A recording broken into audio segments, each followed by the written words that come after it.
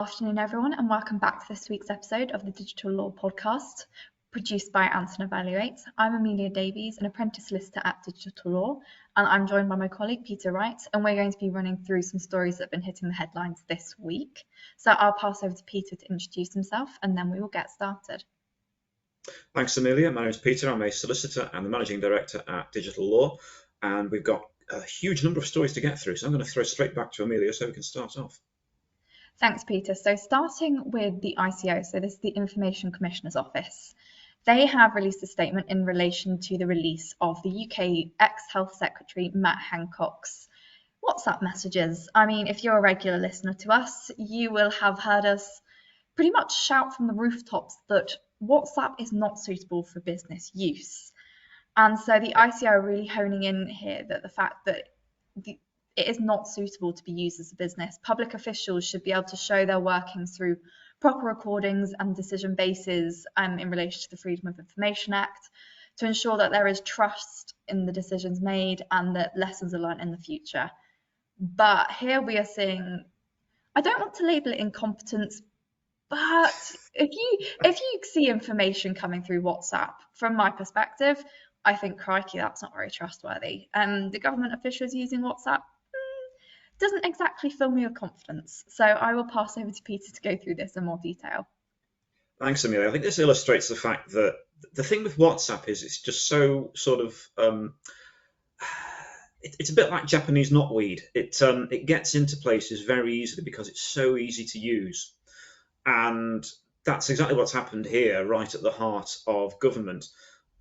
Because in Parliament for a number of years now, you've had MPs having WhatsApp groups, and you'll have different groups of similar-minded MPs in multiple different groups. And then sort of, we'll coordinate our rebellion using WhatsApp, and we'll decide what we think and who's going to say what using WhatsApp during an actual parliamentary debate. And therefore, it's sort of bled through from there into the heart of government and the heart of Number 10, and in particular during the pandemic and during the lockdowns. It seems, certainly from these texts from former Health Secretary Matt Hancock, which include texts exchanged with Boris Johnson, texts exchanged with the Chief Scientific Officer, Patrick Vallance, as well as texts exchanged with George Osborne, former Chancellor of the Exchequer, and at the time of the exchange of these texts, editor of the London Evening Standard, as well as various others. This illustrates the fact that A, it's being used clearly on a daily basis for serious high-level decision-making in Number 10. I think we can almost excuse that during the first lockdown, where there's a lot of high pressure and there's probably difficulties on transport, difficulties with people self-isolating, and a need to make sure that decisions were taken at speed. It can almost be excused. The problem, I think, is later on, where you've got later in 2020 and then into 2021, it's still being used, still being relied upon. And there's some really, things being recorded on there that I don't think ministers thought, oh, this is the sort of thing that's going to be disclosed. And I think the journalist in this instance who's released these is Isabel Oakeshott, who was the ghostwriter for Matt Hancock's memoir. And in theory, she signed an NDA before releasing these. So it'll be interesting to see if Matt Hancock now tries to enforce that NDA. But the point here is we've got all of these records, and she said, I wanted to make sure that these are out in the public domain so they can be referred to in the imminent public inquiry into COVID that will be taking place. And arguably, she's right that these are the things that should be there, because ordinarily, a government would release all of its emails, all of its documents and memos and all the stuff that goes into ministers' red boxes, but it wouldn't necessarily be throwing out all of these WhatsApp exchanges, whereas now there's a very large volume of them that have been given to the Daily Telegraph and presumably will then be passed on to the inquiry. But I think it's very embarrassing for all those involved in this, because they'll have thought, well, I never thought that my text message was going to be included in this. And the ICO is saying, look, we don't think there's a data protection issue yet, but the use of this at the heart of government is something that they do question. And that's, I think, something that government has to think very carefully about. Should it actually be saying, we should not be using an app like WhatsApp. I mean, you look at all the movies about, sudden crisis that hit. The idea of government via WhatsApp rather than some hyper secret and efficient, secure government comms link is kind of terrifying. I'd have thought they would have had their own in-house secure system that they would be using, not WhatsApp like everyone else. Thanks, Peter. So sticking with the ICO investigations, last year we previously discussed Experian, and without going into too much detail, essentially the tribunal has found in support of the ICO that Experian had not processed personal data transparently, and we're not talking about a small amount of data, we're talking about 5 million individuals that their data has not been transferred transparently, fairly, or lawfully because it's failed to notify them that it was processing that data for direct marketing purposes. Previously, Experian had been fighting this, and I don't think they're going to be too happy with that decision, but I will pass over to Pete to discuss this. Thanks, Amelia. I mean, this is a decision part of a wider decision at the first tier tribunal on information rights. And it's interesting that it involves Experian as one of the leading credit agencies, in that those agencies do mine huge amounts of information, and they do maintain records on millions of individuals, both in the UK and around the world. And those individuals very often are not aware or will never access the credit file that Experian keeps on them, that ultimately has a massive impact on that individual's credit rating, and their access to funds and how they live their lives.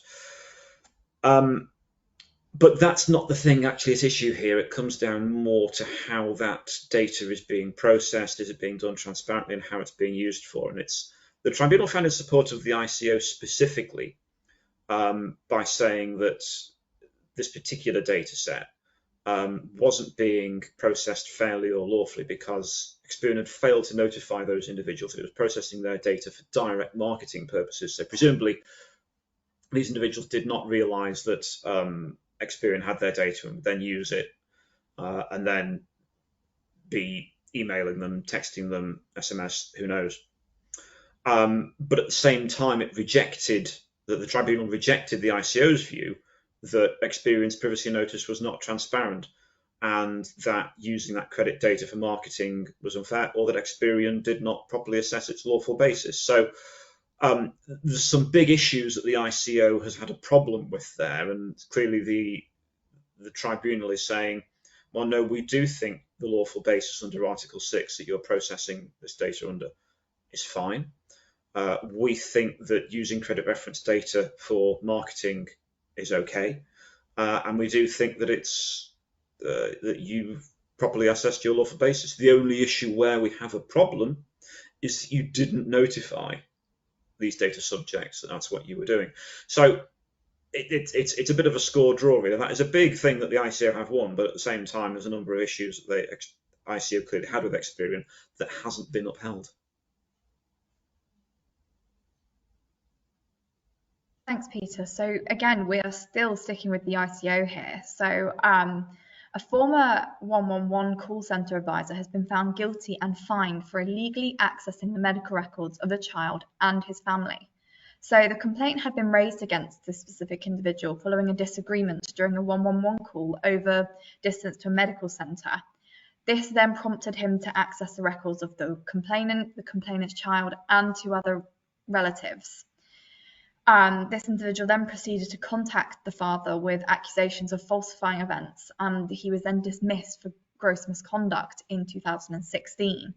He was then contacting the same father again in 2017 and threatened to report him for neglect. So the individual did have an initial hearing in 2018. However, he has since appeared in front of the Crown Court, and following the investigation, he has pled guilty of 5 counts of unlawfully obtaining personal data in breach of Section 55 of the Data Protection Act.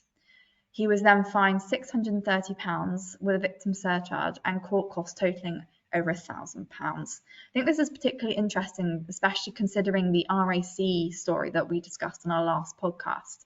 So I'll pass over to Peter to continue with this. Thanks, Amelia. I mean, this is an excellent example of the fact that when you have to sit through the data protection training that your employer puts on, it's worth listening.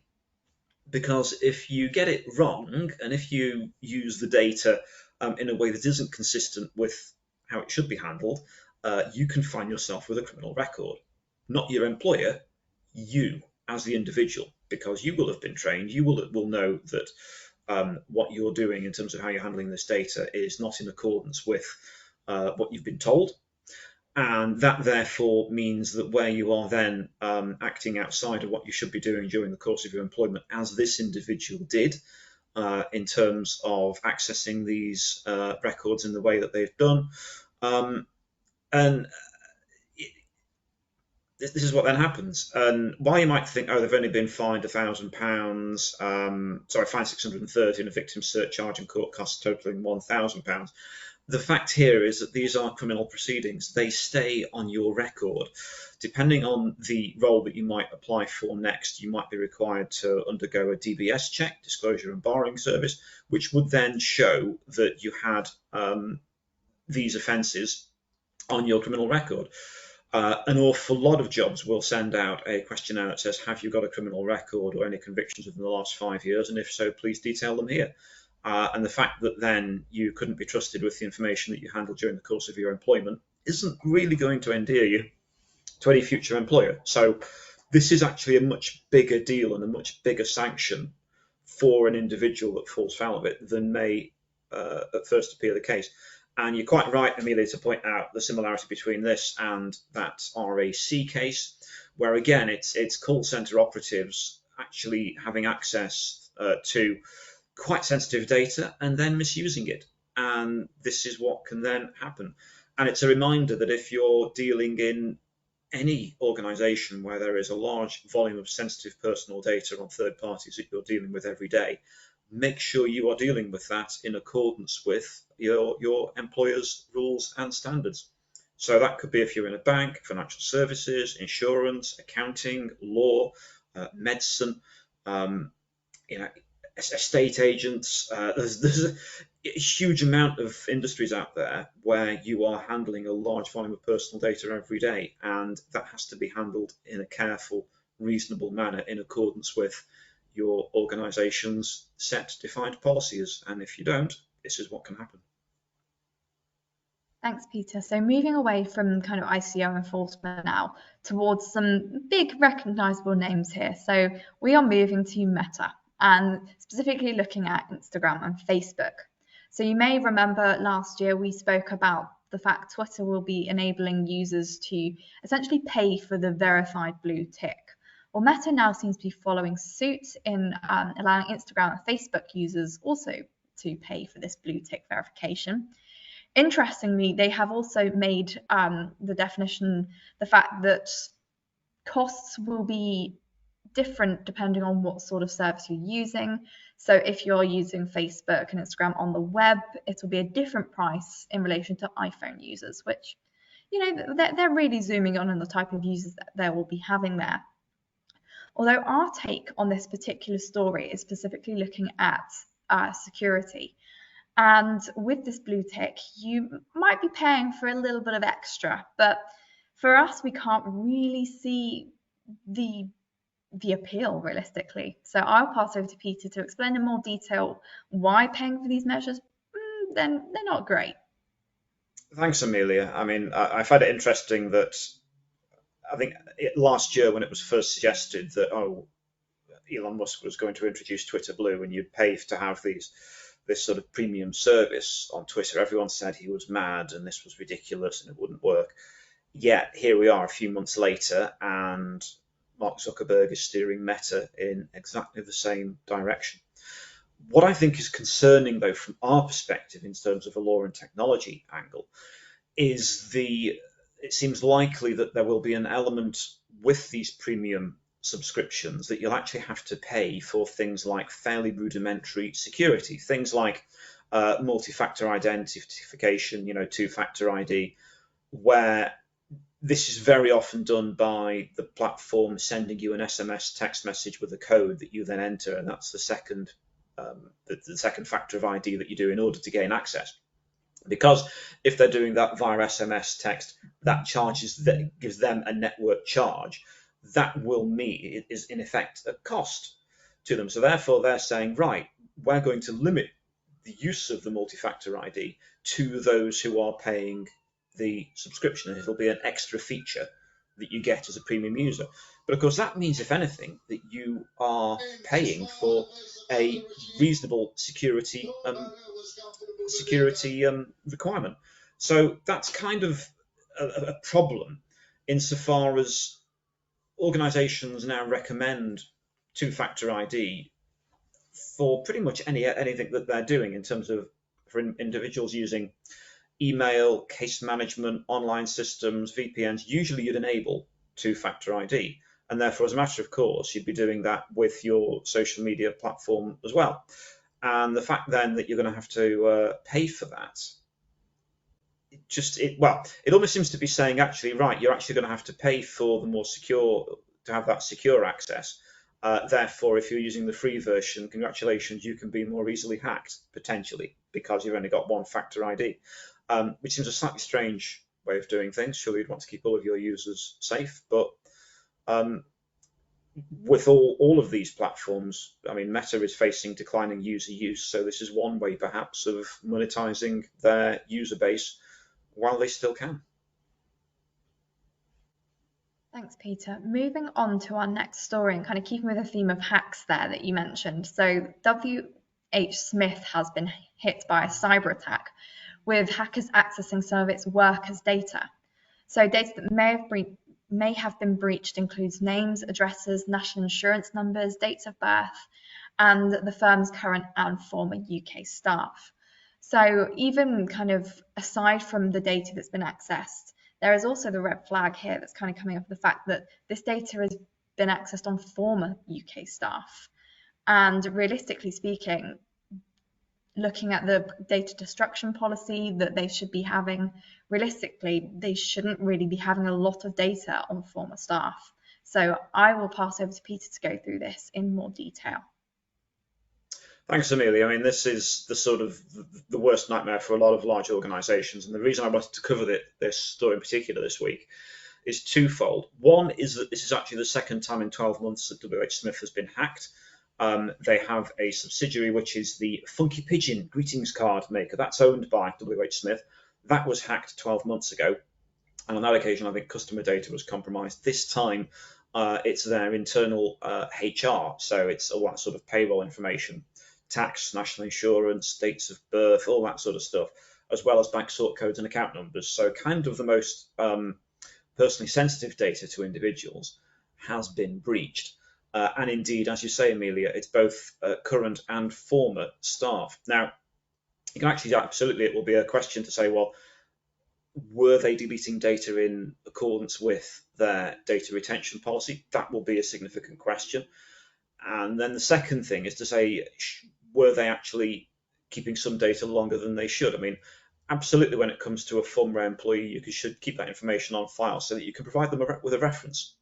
You want to be able to tell someone that they joined on a certain date, they left on a certain date, and what their role and responsibilities were. But do you necessarily need to retain their tax, national insurance, and payroll information? That's some of the stuff that you could think over time would fall away as it became clearer that, for example, after limitation periods for claims in relation to HR and employment law have passed, then it becomes less and less necessary to retain that, as the likelihood of, for example, an investigation by HMRC and tax issues falls away. The relevance of then keeping long-term salary and payroll information falls away. So it's a matter of making sure that when it comes to data retention of these individual types of data, that organizations are making sure they're not keeping it for longer than is necessary. And then when they do come to the point of reviewing and destroying it, that is done in a manner that is reasonable and proportionate, in line with the actual statutory and legal and regulatory needs to retain that information, and that they're not keeping it for longer, because if they do, this is the risk that it then gets breached and you then have a problem. Thanks, Peter. So this was a very recent story at the time of this recording, so there are very limited bits of information that we have got. So it'd be interesting to see in the next couple of weeks whether we do circle back to this. But moving on to our next very much ongoing story. So this is in relation to TikTok. So once again, we mentioned TikTok last week, and I believe Peter even in our first podcast of the year predicted that there would be bans surrounding TikTok. And lo and behold, this is what we've got. So I'll pass over to Peter to take us through the many bans that have been coming out of the woodwork this week.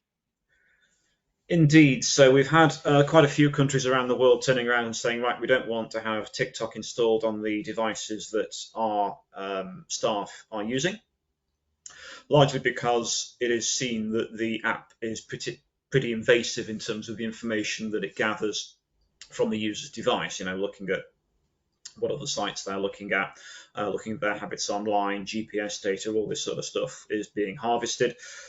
Arguably, and to a certain extent, it's no worse than a lot of the apps that Meta produces. But it's the fact in this instance, of course, that data isn't being squirreled off to California, it's being squirreled off to China. And it's the fact that there's this large volume of data harvesting, the fact that technically there is a piece of security legislation in China that means that the Chinese state could ask to see this information, and that there wouldn't be much that TikTok could do to reasonably refuse such a request. That is meaning that an awful lot of countries around the world are turning around and saying, right, we don't want it on our devices. So certainly that's the case now across the United States. It is also the case in Canada. The EU is turning against it. The UK already has and has been telling certainly the government is not supposed to use it. Interestingly, the British Parliament opened a TikTok account last year and then very quickly closed it when it realised what the government's own advice was on use of TikTok. So therefore, it wasn't really a good idea for Parliament to be promoting it with little video clips. And now even today, there is a story that in Germany now, Germany has turned around and said that it doesn't want to have TikTok on its government devices.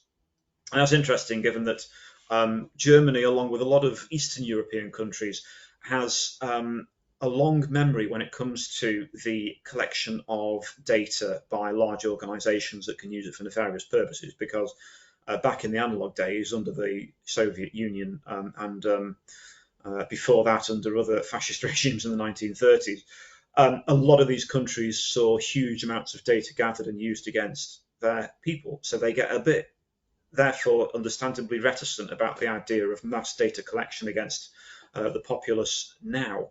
And this is sort of tying into that.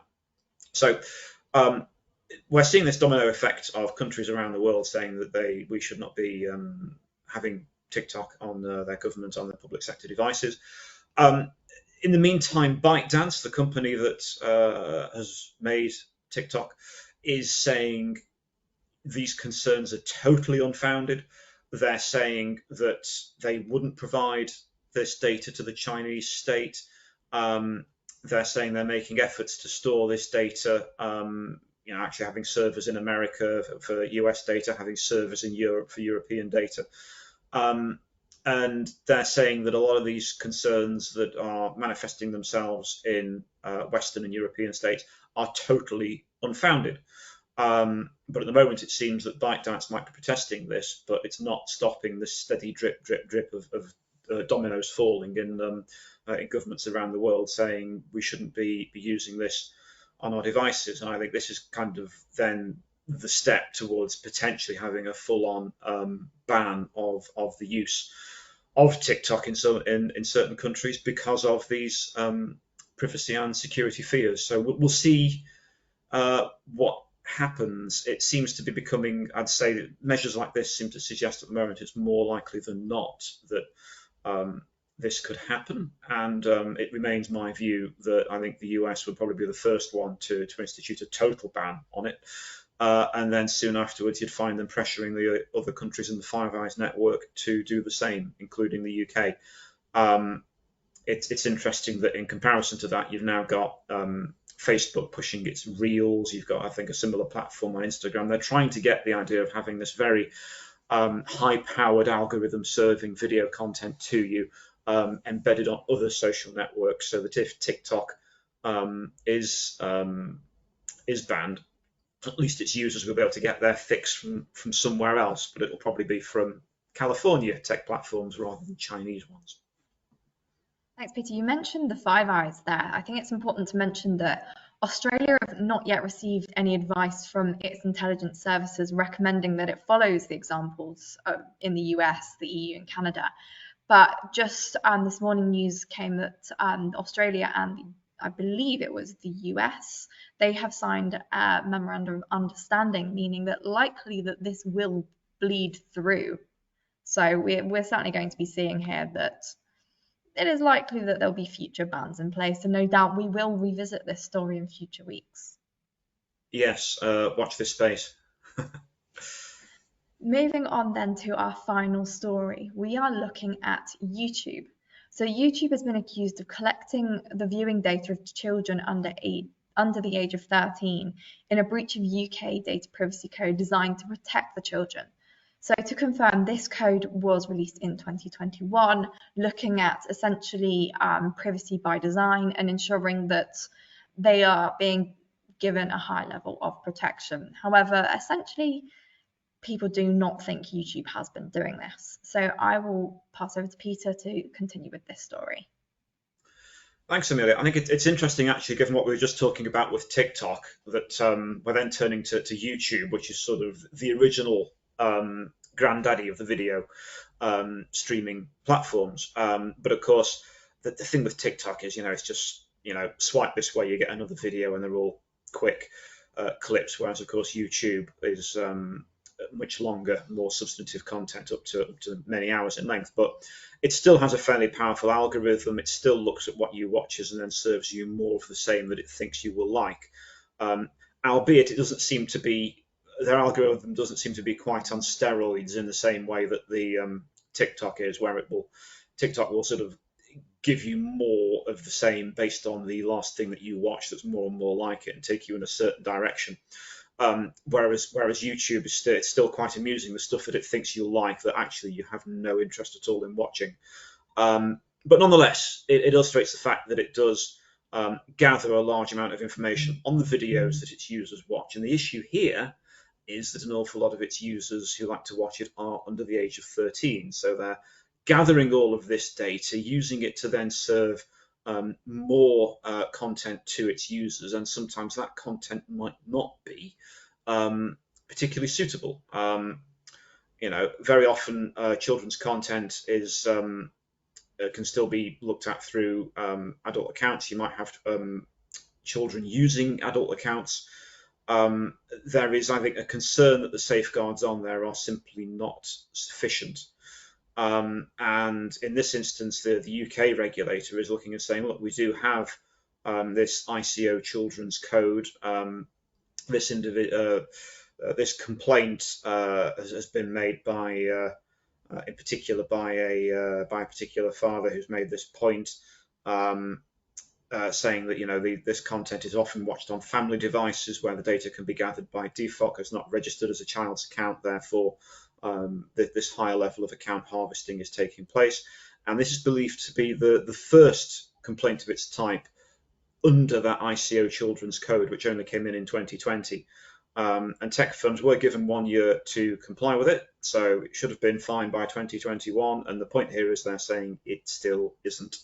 So it's the first test for this measure that the ICO has introduced, and given the sensitivity of the fact that we're talking about the data of those below the age of 13, it's a really major test for it to see if the increased measures that the ICO was looking for here, to see if they actually do bear fruit, and if it is possible to then hold YouTube and potentially some of the other streamers to account for the data that they're harvesting related to children.